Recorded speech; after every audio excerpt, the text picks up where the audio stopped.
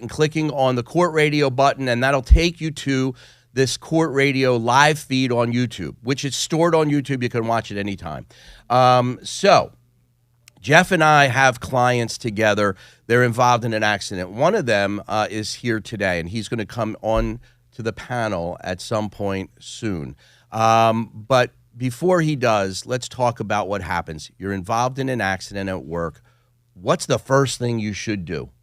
First thing you should do is notify your supervisor, someone who's supervisory to you that will be able to take down the information and be put on notice that you hurt yourself at work. That's the most important thing. If you don't provide your employer with notice, you can be barred from bringing a claim. How long do you have to do that? The rule says 120 days, but that's not good enough. You got to do it immediately. The sooner you do it, the more credible a judge will find you in the event that there is a litigation involving a contest to your claim. So if you are injured, don't question it. Tell your employer, tell your supervisor. How do you tell them? You could do it a number of ways. You could do it verbally, which is what most people do. I recommend everything today is text, right? Put it in a text if you can, because then you have preserved it in writing that you have notified, and you have the proof that you have notified your employer. Sometimes employers, they make you fill out their own form. That's right. Do that. If they have an incident reporting form, fill it out. Fill it out and make sure you indicate that the injury is work-related, because if you don't, it'll come back to bite you. What if you work at home? A lot of folks today work at home or work a part of their week at home. What if you're working at home and you didn't realize that your husband left his soccer ball on the floor, and you hit that soccer ball and go flying across the living room and smack your head on the table? Is that a claim that you could get paid for? Absolutely. This happens more and more frequently since the pandemic. People are working from home, right? So whether you're working from home part-time, full-time, or just one day a week or what have you, this can happen. You can be working on your computer upstairs and your printer is downstairs, and you got to run downstairs to get something printed, and you trip over your kid's toy and you fall down the steps, you break your ankle, you fracture your back, you have a herniated disc, whatever. That is a work-related event because you were working at the time that this injury happened. And the same thing is true. Notify your employer. Most people are doing it by text because that's how they communicate with your employer, especially if you're remote, right? And so you should either text, email, call, whatever means you can, notify your employer. Well, another question. So let's say you're working, but you punch out for lunch, but you work at home. So there's something, it's a very good question.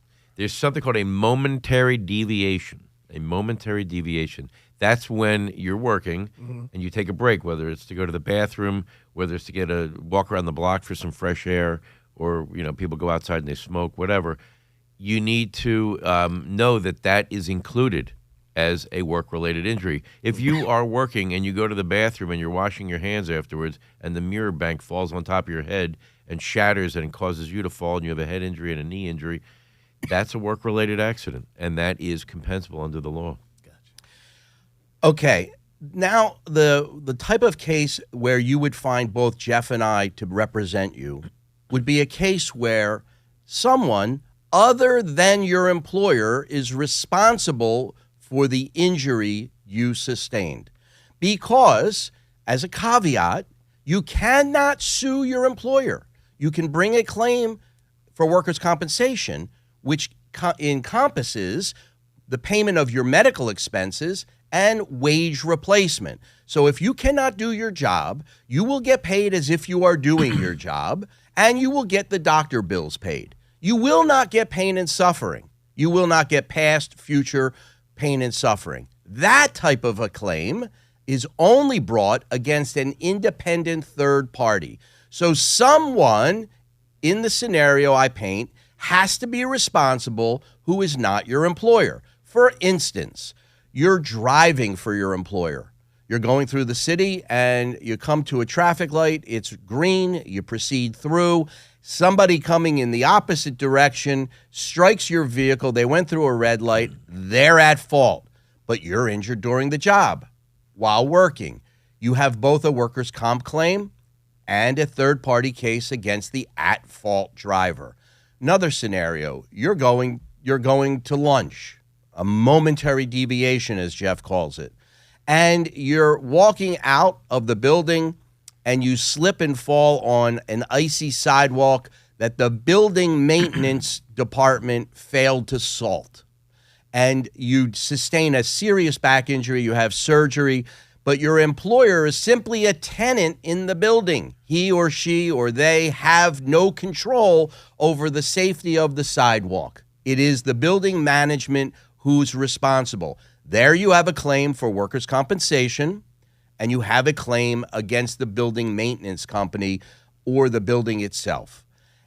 What parts of that do you handle, and how do I fit into that? So the very first thing is to notify your employer, right? That's the first thing you need to do, notify your supervisor. Then you need to call me.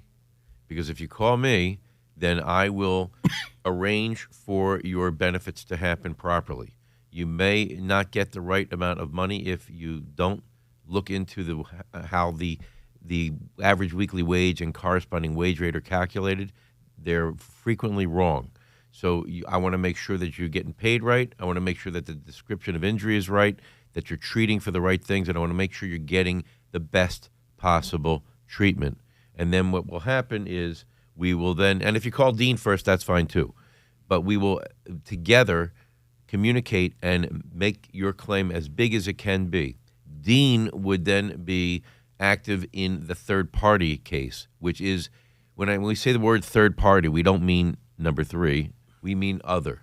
So it's other than your employer. Any party other than your employer that's responsible for your accident is what Dean would handle, and he would be able to sue to get all of the workers' compensation money that's been paid out restored and paid back, and then he will get you pain and suffering, the non-economic damage component of the claim. There are two components to the claim: economic damages, which are wage loss and medical benefits, and non-economic damages, pain and suffering. The economic damages I can readily calculate. I can calculate your your wage loss. I can calculate your medical bills. I can calculate your future wage loss based on projections, and I can calculate your future medical expenses based upon the cost of what it is that you need for your treatment. What I can't do is calculate your pain and suffering, your pain, your suffering, your loss of life's pleasures, your mental anguish, your humiliation, your embarrassment. I could give you a laundry list of non-economic damages which fit into the pain and suffering element that we all think about. That's what Dean will get you. And his value, meaning the value that is on the third-party case that Dean handles, is predicated upon what I can do for you. The larger I make your workers' compensation claim, the exponentially larger Dean's claim will be. And so it is really important that you have competent counsel on both claims. You cannot, this is not a one-stop shop kind of thing where one law firm would handle all of those matters. And in fact, you want independent counsel on those claims so that they can be independent, because there can be conflicts between those claims. And so in certain circumstances, we have to gather up my law firm, gathers up the money for your pain and suffering, but also gathers up the money to pay back the workers' compensation portion of the claim. Because there is a law in Pennsylvania that says the workers' comp carrier, the carrier itself, the insurance company that paid your doctors and paid you your wages, they too are a party to this claim. They're entitled to get all their money back. And so there's a little bit of a tug of war. You've had maybe $100,000 paid out to various doctors on your behalf, and you've received another $75,000 or $100,000 in wages during the claim. And then And then Jeff gets you a settlement at the end of your workers' comp claim where the employer pays you for your future lost wages. And that may be another couple $100,000. So all of a sudden, the workers' comp carrier says, I want to be paid back $400,000. I've given this employee $200,000 in future wages, and I've given them $100,000 in current wages, and I've given them $100,000 for their medical expenses. We have to be paid $400,000. Well, you got hit in a motor vehicle accident by somebody who had a $100,000 policy. What happens? Do you get anything for your pain and suffering? How do you get paid if the carrier has to get paid the $400,000 and there's only $100,000 to divvy up? And that's when Jeff and I have to get creative in that process. And we've got a client who is going to come on right after the break. We're up against our break, but he's going to come on and he's going to explain how that process worked for him. I think we're going to be also coming back when we come back off of break with that client. We're going to talk about how his settlement worked out and how he felt about it as a result of being represented by both Jeff and I. Before we go to break, is there any questions in the studio audience that I can answer right now? One question. Go ahead.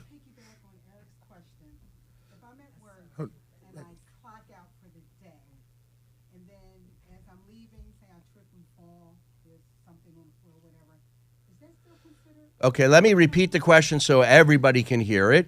If I'm at work and I clock out, my day is over, and I literally, like clock out. I used to do that when I was a soda jerk at the diner. I used to clock out on the phone when I was working at home. We had a phone, and then you would clock in and clock out. So if I clock out for the day and I'm leaving work and I have a trip and fall accident, will that be a workers' compensation claim?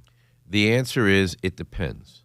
If you are still on your employer's premises, then it's covered. You wouldn't be on your employer's premises but for the fact that you work there. And so the rule in Pennsylvania is A, if you're furthering the interests of your employer, whether you're clocked in, clocked out, or otherwise, and you injure yourself, you're covered. So if you're on your employer's premises, you're generally covered. There are instances where people clock out and go to lunch because they have to. And a lot of times their boss or somebody supervisory to them will say, could you do me a favor? I'm going to pay for your lunch. Can you pick me up some lunch also and something for this person over here? And you say, sure, and you go and you get into an accident on your way to lunch and you come back. That's a work mission, and it's covered under the workers' comp law. Can I just say one thing? If we had the wrong Supreme Court, let me tell you that those kind of nuances in the law would not come out in favor of the employee. Not come out in favor of the employee if we had the wrong Supreme Court. When we get down to the shading of cases, it's it could go either way depending on how somebody interprets it. And if you have a court that leans towards corporations and employers, you're coming up short every time. Remember, the appellate courts, the Commonwealth Court and the Supreme Court of Pennsylvania, they make the laws and they clarify the issues with regard to what happens in a particular situation. And there's all kinds of variances in terms of the case facts as to what happens. And if the facts like you had asked me, the rule right now is the rule that I just told you about furthering the interests of your employer and being on the employer's premises and taking a momentary deviation. Those issues were defined by the Supreme Court of Pennsylvania and also by the Commonwealth Court of Pennsylvania. So those justices making those decisions, if they're not fair, if they're leaning towards the employer, those kinds of cases are not going to come out in your favor. So we want to make sure we retain those three justices on the Pennsylvania Supreme Court because those are the justices that will enforce and come out with these issue declarations that work to the people's favor. All right, we got to take a quick 2-minute break. We'll be right back after our sponsors have their way with you. All right, folks, we are no longer live, except nobody should get undressed and do any naked dances because we're still on YouTube. Especially me. Right? Thank you for coming out. Great to see you. Great to see you.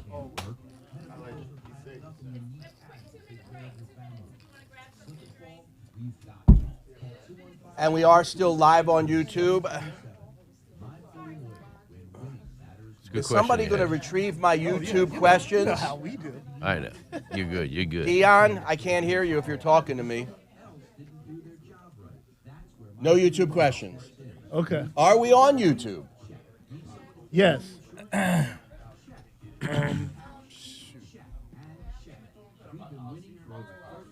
Get there.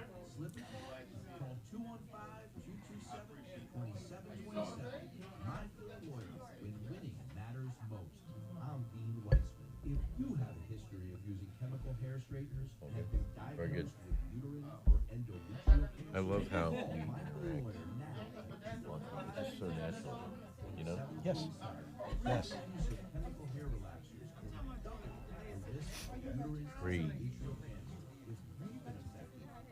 And I like how we were able to tie in the justice thing at the end of the half So hour. important. These people need to get out and vote, you know? And you're right, they're being lulled to sleep so that they don't, because the no issues stop coming out. Did you notice that? Yeah. I've been watching this TV. I want to see how they're countering ours.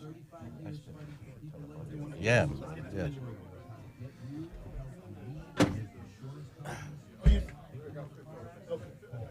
Just Come two on. of you?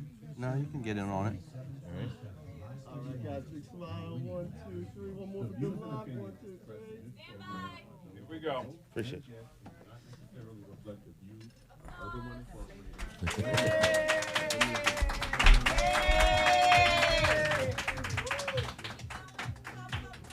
Keep going.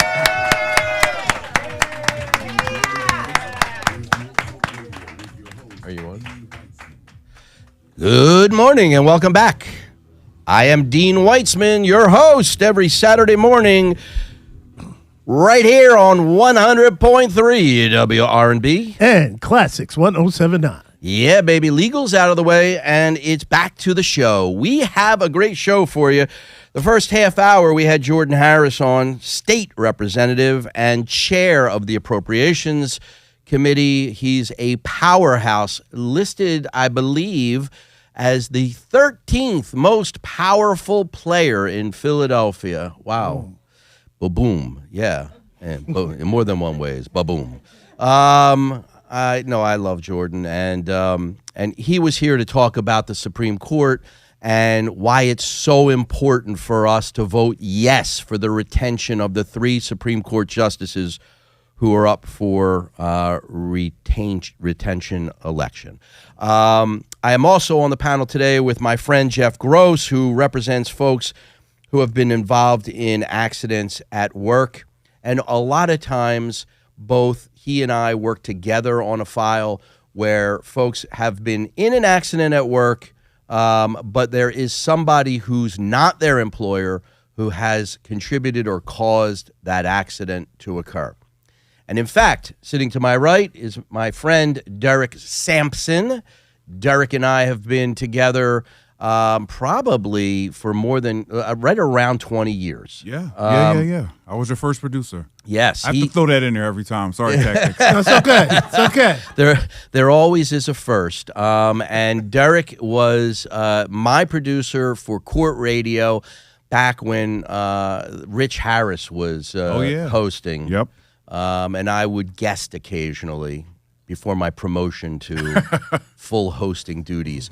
Derek, unfortunately, was involved in a fairly serious accident working his side job. In addition to working here at the studio, he was at the time working for SEPTA.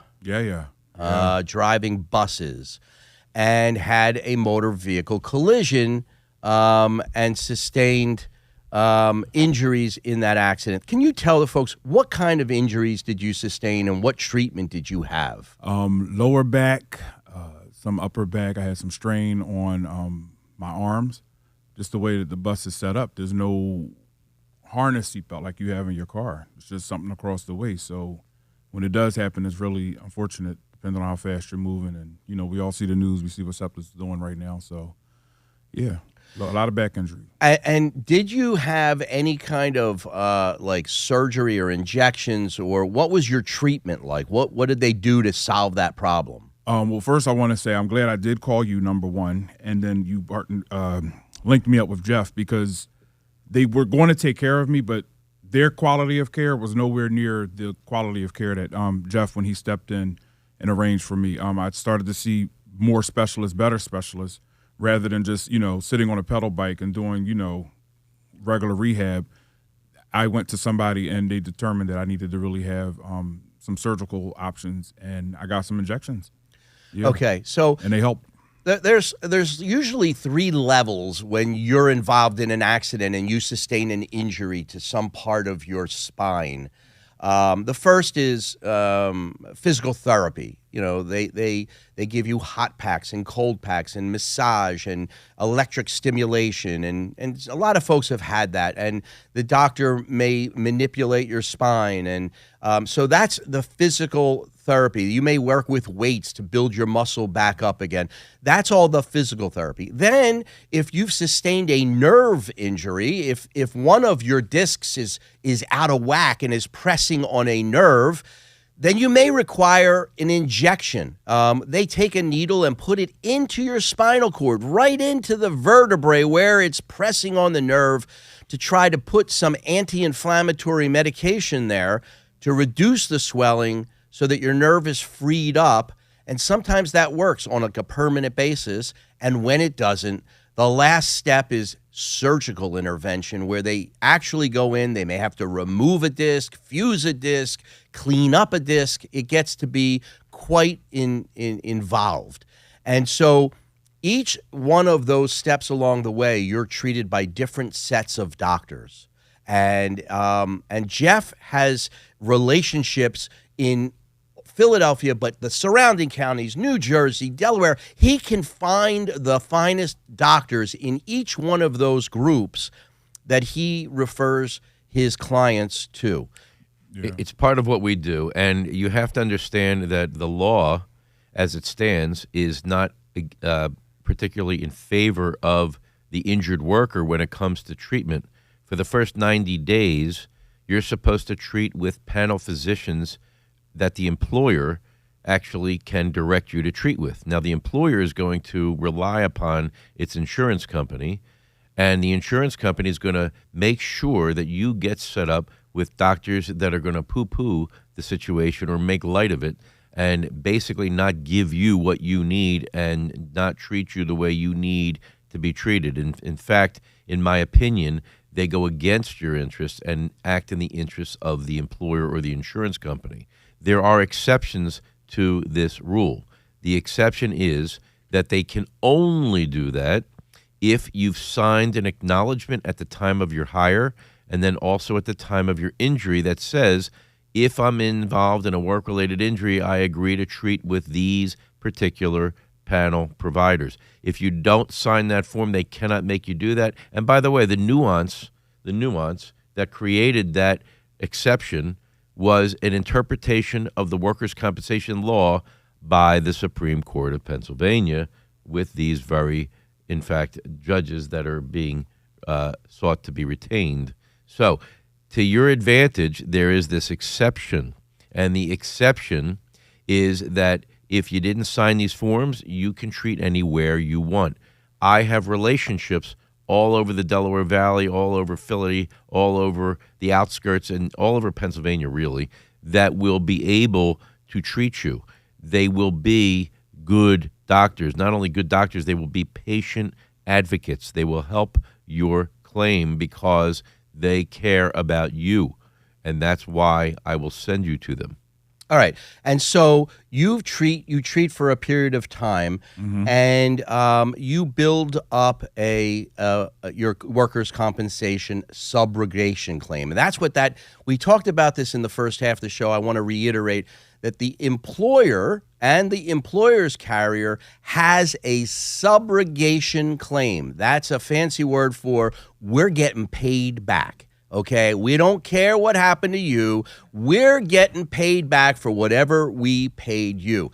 Most of the time, when you're involved in a motor vehicle collision while you're doing your job duties, there's not going to be enough money. The average person in driving around right now has $15,000 in liability coverage, and it's only those sophisticated purchasers of insurance, and perhaps those who watch court radio, who know that the only way to protect yourself is to get large amounts of uninsured and underinsured motorists for your own policies. Because it's a lottery otherwise. You're driving around, somebody hits you, and really causes you to sustain a lot of injury. Whether you got hit by somebody who has $1 million policy or a $15,000 policy is a lottery. You just don't know. There's no way to protect yourself except if you have your own uninsured and underinsured. Because if they have $15,000, but you have $1 million in uninsured and underinsured, and you've paid for that coverage, then you can turn to your own carrier, even though you weren't at fault for the accident, and your carrier will pay you as if they're the carrier for the at-fault driver. And that's how you protect yourself in this world from the crazy motorists that are out there. And so, but in Derek's case, Daryl's case, yes. In Daryl's case, It's Derek. You're killing. I know. No, for years, this is the side joke. For years, I called him Daryl. I don't know why. I just didn't get Derek in my head. And so I always said, hey, Daryl. And he'd go, Derek. And so we had this on, and I'd see him. I'd see him across the room, and I'd be like, is it Daryl or Derek? Is it Daryl or Derek?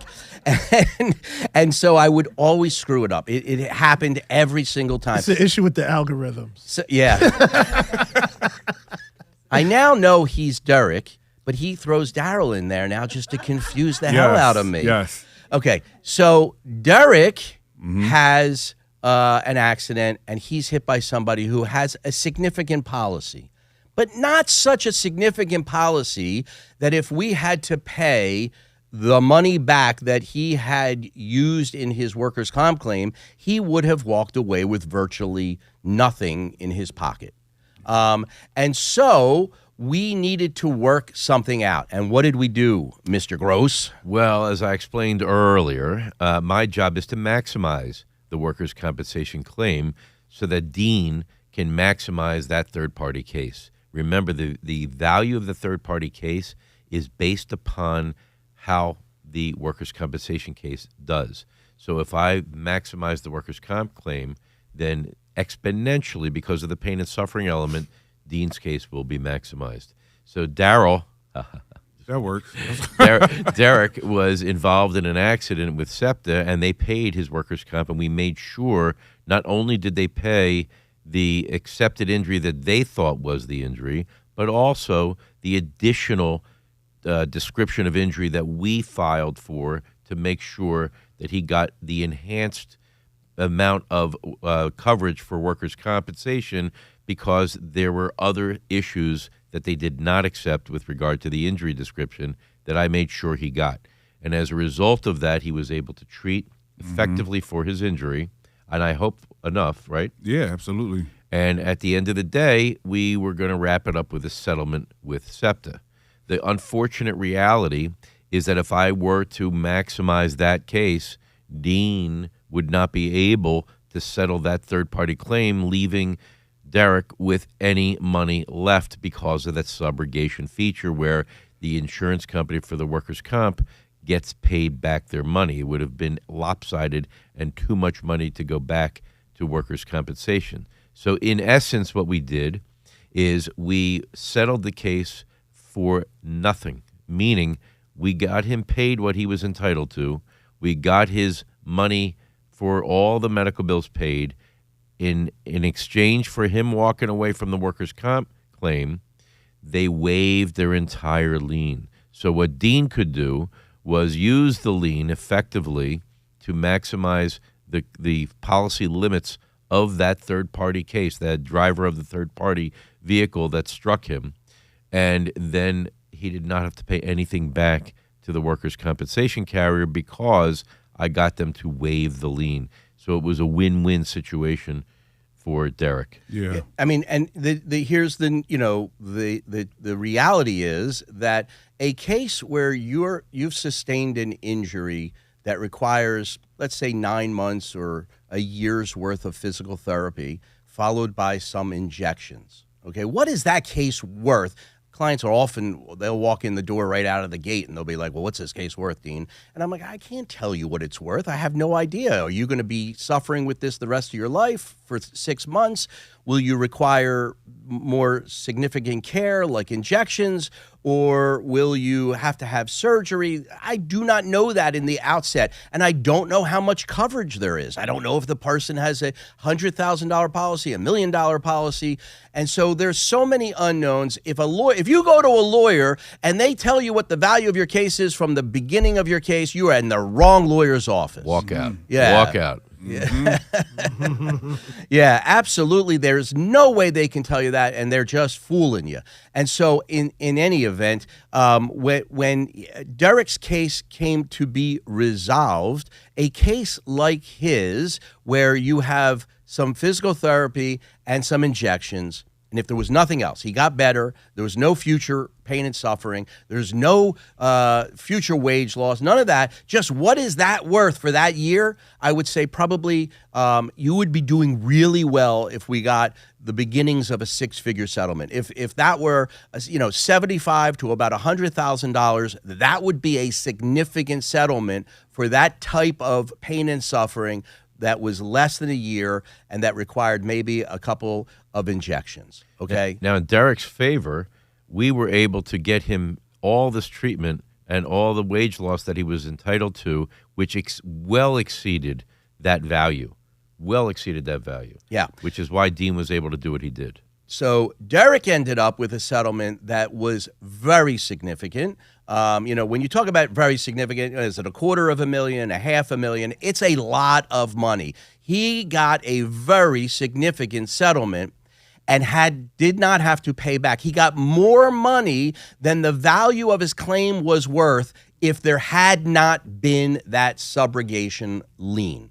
If we had no lien, then his case, as I said, is maybe just the beginnings of a six-figure case. He got significantly more than that because there was a lien. But then at the 11th hour, because of Jeff's negotiations, we did not have to pay that lien back at all. And that, folks, is why I tell you, you need to have somebody who focuses their practice on workers' compensation and another attorney who focuses their practice on a third-party case come together as a team. OJ had a dream team. My clients have a dream team. When they bring Jeff and I into court together, nobody can do better. Nobody can put together a package, and that's not a single attorney. When I started practicing law 30-some years ago, I did it all. I did divorces. I did workers' comp. I did auto accidents.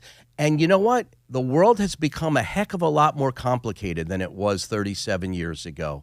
And you can't get somebody who's going to do that well, do that exceptionally well, and do it all. So you get specialists. You get specialists in areas. And when you come to My Philly Lawyer, that's what you get. I know what I know, and I do what I stay in my lane, and I have relationships with other attorneys around the city who I would go to if I needed them, whether it were a divorce. Yes, I've had one of those. And, if I had a workers' compensation claim, if I had a complicated medical malpractice claim, I have the guys and ladies in Philadelphia and all of the surrounding areas who focus their practice on these areas, and I bring them in to work together with me when their services are needed. We got to go take a quick 2-minute break. We're going to be right back. I'm going to answer questions from the studio, so write them down and get them to me, and then we're going to have gifts. We're giving away gifts, folks. We got Clap gifts. it up, y'all. Yeah, Clap it up. All right, we'll be back in 2 minutes.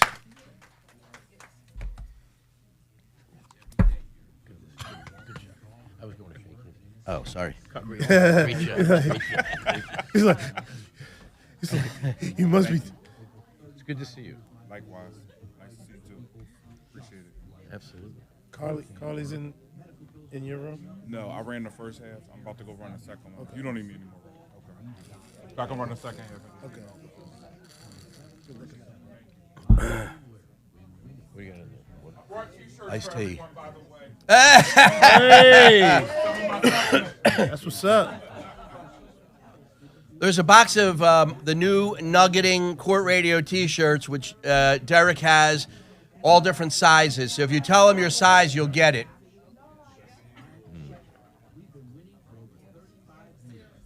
90 seconds, so he'll be around. If not, you'll get it at the end of the show.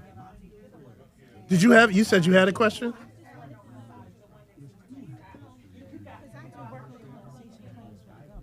You do. Federal workers' comp. Okay. Yeah. Yeah. Yeah. It's a different standard, but yes. That's good. Gotcha. Okay.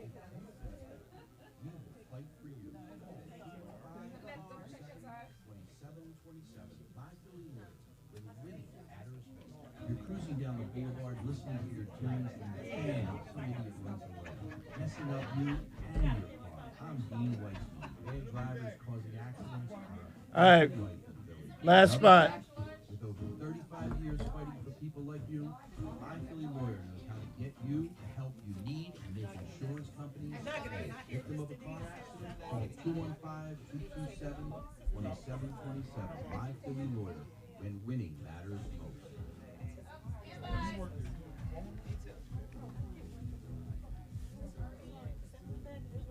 Need more legal answers? Here's more Court Radio with your host, Dean. Yay! Woo-hoo-hoo-hoo. Welcome back. We're live in the studio with a live studio audience. I want to thank everybody for coming out today. Give yourself a round of applause. Yeah, you guys have been great. And you know what? You always support me and these live shows. I really do appreciate it. It wouldn't be as much fun if we were sitting here just talking amongst ourselves. I mean, we have fun, but Yeah. this is way more much fun. We have food here that was crafted locally. Yeah, shouts to Derek Sampson as well. Yeah, Derek He is multi-talented, that Daryl guy. Yeah. Derek actually is a chef. He's made the food, Yeah, Derek Sampson. Derek is, he's running around doing all kinds. Uptown Girls. Uptown Girl. Uptown Grill. Grills. Okay. Great. Uptown. Uptown Grill. Yeah, I know you wanted to what you wanted to do. Yeah, I'm not doing it. I'm not going there. So we're in a live show. We've been talking to a lot of people, but we talked to Jeff Gross all show long about having workers' compensation claims and having third-party cases. And by now, everybody knows, I can bring a case against the person who caused my accident, and I can get paid by my employer for my wages and my doctor's bills. But they have to get paid back at the end of the day, and you should have as large an uninsured and underinsured motorist policy as you possibly can afford. What would be your top 3 things that you would want folks to leave here with knowing?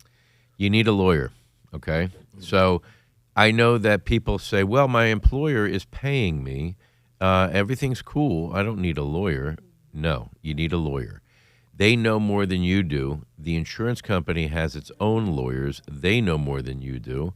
But you need to have an armory. You need to have ammunition to fight the claim and fight on your own behalf. So you need a lawyer. So you pick a lawyer, whether it's me, Dean, someone else, pick us. We will protect you. We will get you the maximum amount of money. So number one, you need a lawyer. Number two, you should listen to your lawyer. Always listen to your lawyer. Your lawyer knows what's best for you. If you don't trust your lawyer, you need to get a new lawyer. But you have to be able to trust your lawyer and do what your lawyer is directing you to do. I think that was two things, but I'll let you go. Thank you. Well, and as far, you know what about that last thing he said? This comes up now and again. I have a lawyer. I know some folks who know some folks, and somebody was involved in an accident about a week ago, and they said, "Can you help this guy?" And so I said, "Sure, give him my number. I'll talk to him." And he called me on my cell phone yesterday. I was at the car wash, so I had some time on my hands, and I talked to him about the nuances of his possible case against the city of Philadelphia and the water department for a fall through a sewer grate. And we spent probably about 40 minutes on the phone. And then at the end of the conversation, he says, "Oh, by the way, I'm represented by," and he mentions this other firm that maybe you see on buses or something in the city. And I said, "Okay." And he said, "But you really they did nothing for me. Like you laid it all out. I understand now what's involved with this. Can I move to you?" And I said, "Well, yeah, it's easy to move. You're not married to your lawyer like you are your wife or your husband. Okay, you can get rid of them easy." Your lawyer's not going to take half. No, lawyer's not going to take half. Depending, like this guy was only represented by somebody for a week. So he would send them a letter saying, I no longer want you to represent me. And they're probably not going to even make any claim whatsoever. But what happens is if you're really represented by a lawyer for a while and then you move to a new lawyer, the two lawyers take that same fee you agreed to pay in the very beginning, and they just split it up amongst themselves fairly. One gets some depending on how much work they did, and the other gets some. So you're in no worse off position than you were from day one. You should never be fearful of leaving one lawyer to move to another if you feel like that relationship has gone south, like it's not doing for you what you expect it to be able to do. And so that goes both ways. Over the years, there's been a couple clients who just, they and I did not see eye to eye, and they went off to another lawyer. And many times over the course of that time, other clients have come into my firm from other law firms. So that's something I wanted you to be aware of. And I do believe we're getting close to the hour, 2 minutes. Every 6 months we do this live show, and every 6 months we always run out of space. So I'm just warning you, we're going to do another show. It's going to come up. We'll make announcements. If you want tickets to the live show, you got to send an email to dean@myphillylawyer.com. That, by the way, is a great way to communicate with me because I can't stop you from emailing me, but I can put people in your way if you want to call me. So if I'm busy, there may be somebody who takes my calls, but I get every single email you send, and I look at them and I respond to them, and it gives me an opportunity to think about what you've asked so I can respond in a meaningful way. So you should keep that email handy, dean@myphillylawyer.com. Jeff, how do people get in touch with you? Well, you can get in touch with me two ways. One is by calling me directly on my cell phone, which, believe it or not, I give out to everyone. Yep. Yeah, which he is does. 215-512-1500. Say it again. 215-512-1500. Or you can email me also, and my email address is jgross, that's JGROSS, at gk-wcl.com. See, you just saw what he did, and who could ever remember that? Who nonsense? could ever remember that? Right? That's why 20 years ago I said My Philly Lawyer, and bam, My Philly Lawyer, and I am your Philly lawyer. And It was a smart thing. I gotta give a shout out to my baby. I stole her water bottle today. Sophia's water bottle is in my hand. I did not know what a libero is. Does anybody in the studio audience? I got a gift card for Target. If you can tell me what a libero is. Well, Yeah, see, and 2 years ago, I couldn't tell you either what a libero is. Okay, a libero is the setter in the middle of a volleyball game. She's the 4-foot setter in the middle of a volleyball game. God bless Soph. I'll see you soon, baby. We're out of time. We'll see you next time, same place. Very nice. Yeah. Yeah, libero, but now nobody will forget it. yeah. That's interesting. It's usually the shortest girl on the volleyball team.